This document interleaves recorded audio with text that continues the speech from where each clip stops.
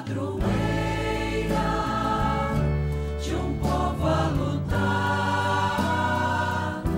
a gente mineira te quer exaltar, não só lá na serra. Amado irmão, amada irmã, saúde e paz. Aqui e agora, por graça de Deus, estamos congregados para proclamar a palavra e nos deixar por ela ser interpelados para que o nosso coração, escutando a palavra de Deus amorosamente, possa crescer na modulação do nosso coração com o coração de Deus. Santo Agostinho, num dos seus sermões, diz, preparando-nos para proclamar e acolher a palavra, que se alguém proferir alguma blasfêmia contra o Espírito Santo, nem há motivo de indagarmos de que blasfêmia se trata, pois o texto fala de toda blasfêmia sem exceção. A impenitência é, pois, diz ele, a blasfêmia contra o Espírito, sem que para ela haja perdão nesta vida nem na outra. Assim, alguém que, impelido à penitência pela paciência de Deus, reage proferindo com o pensamento ou com a língua palavras perversas e ímpias contra o Espírito Santo, por causa da dureza e da impiedade de seu coração, acumula um tesouro de cólera para o dia da ira e da manifestação do justo julgamento de Deus, que retribuirá a cada um segundo as suas obras. Contra esta obstinação chamavam o precursor e o juiz, dizendo: convertei-vos, pois o reino dos céus está próximo. Para a impenitência não há remissão neste mundo nem no outro, comenta Santo Agostinho, porque é a penitência que durante a vida terrena consegue o perdão que tem sua plena eficácia na vida futura. Naquele tempo, os mestres da lei que tinham vindo de Jerusalém diziam que ele estava possuído por Beelzebu e que pelo príncipe dos demônios ele expulsava os demônios. Então, Jesus os chamou e falou-lhes em parábolas. Como é que Satanás pode expulsar a Satanás? Se um reino se divide contra si mesmo, ele não poderá manter-se. Se uma família se divide contra si mesma, ela não poderá manter-se. Assim, se Satanás se levanta contra si mesmo e se divide, não poderá sobreviver, mas será destruído. Ninguém pode entrar na casa de um homem forte para roubar seus bens sem antes o amarrar. Só depois poderá saquear sua casa. Em verdade vos digo, tudo será perdoado aos homens, tanto os pecados como qualquer blasfêmia que tiverem dito. Mas quem blasfemar contra o Espírito Santo nunca será perdoado, mas será culpado de um pecado eterno. Jesus falou isso porque diziam ele está possuído por um espírito mau. Amado irmão, amada irmã, os mestres da lei aqui colocados pela palavra de Deus, vindos de Jerusalém, devem servir para nós de exemplo, porque interpretam inadequadamente a presença amorosa de Deus, atribuindo que ele estivesse possuído por Beelzebu e que era pelo príncipe dos demônios que ele expulsava os demônios.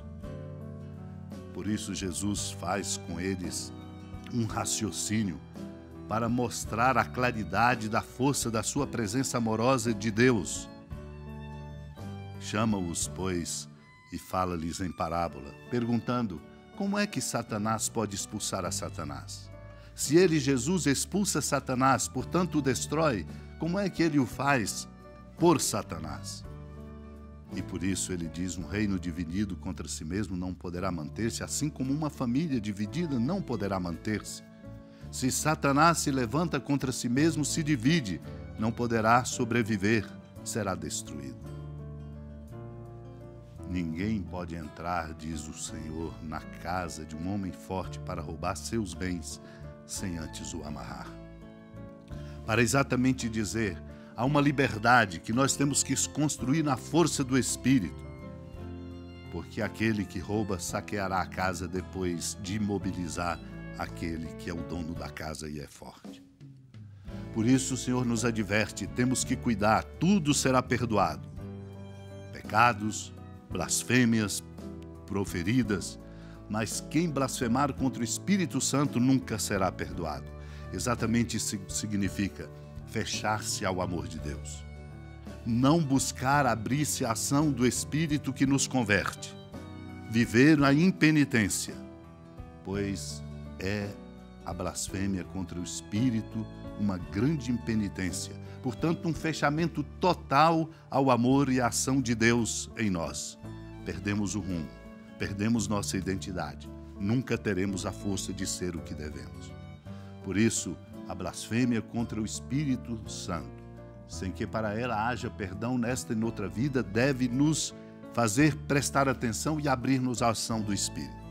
Assim, alguém que é impelido à penitência pela paciência de Deus, reage proferindo com o pensamento ou com a língua palavras perversas e ímpias contra o Espírito Santo, por causa da dureza e da impiedade de seu coração, acumula um tesouro de cólera para o dia da ira e da manifestação do julgamento de Deus.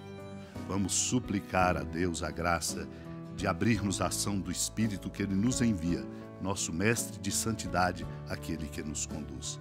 A exemplo de Maria, que se abriu à ação do Espírito e nela se realizou o grande milagre do amor de Deus. Supliquemos unidos a ela esta graça. Senhora da piedade, Mãe Virgem do Cristo Deus. Lembrai-vos, ó piedosíssima Virgem Maria, que nunca se ouviu dizer que alguém daqueles que, tendo recorrido à vossa proteção, implorado a vossa assistência e reclamado o vosso socorro, tenha sido por vós desamparado. Animado com igual confiança, a vós recorro, ó Virgem das Virgens, e gemendo sob o peso dos meus pecados, me prostro a vossos pés. Não desprezeis as minhas súplicas, ó Mãe do Verbo encarnado, mas dignai-vos de as ouvir propícia e de me alcançar o que vos peço. Amém. Feliz padroeira de um povo a lutar, a gente mineira te quer exaltar, não só lá na serra, tu és esplendor de toda esta terra, também és fulgor. Amado irmão, amada irmã, com alegria do Santuário Basílica da Padroeira do Estado de Minas Gerais, a Senhora da Piedade, que da sua casa de clemência e bondade nos acompanhe e nos abençoa do alto da serra, magnífica arquitetura divina, a bênção de Deus, amor misericordioso. Pai, Filho e Espírito Santo, desça sobre sua família, proteja sua casa, sustente sua vida, fecunde o caminho missionário de nossa igreja, nos encha de sabedoria e permaneça conosco para sempre. Amém. Feliz padroeira